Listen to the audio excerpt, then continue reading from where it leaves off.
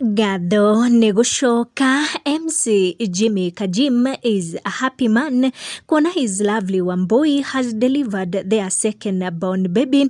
Kajim aihuirwo nĩ gĩkeno akorwo akimenyithia arũmĩrĩri ake gũkũ social media akimandĩkĩra message ya mwanya mũno na kũmera now the time had come for Elizabeth to give birth and she gave birth to a son. Agĩthiĩ na mbere na kuga atĩ welcome to the world our son baby AJ. Agĩtarĩria kana karetwo AC Jalen Muiru akiuga God did it at 5:17 AM tariki 7 mweri wa kenda mwaka ũyũ wa 2024. Akorwo agĩtag his lovely wife Wambui Kajim na uga nĩ mani Ngai na the Kajim family kuona no irathiĩ na mbere na kwararama. Kajim akorwo akĩreveal atĩ they have been blessed na another baby boy kuona their parents to a baby boy. Akiuga atĩ kana gaka ga kerĩ karetwo AC Jalen Muiru before ndeto ciothe igĩthiĩte na mbere nĩ akugĩte congratulations nene mũno ona ithuĩ tugatũma congratulations citũ nĩ ũkuona congratulations are in order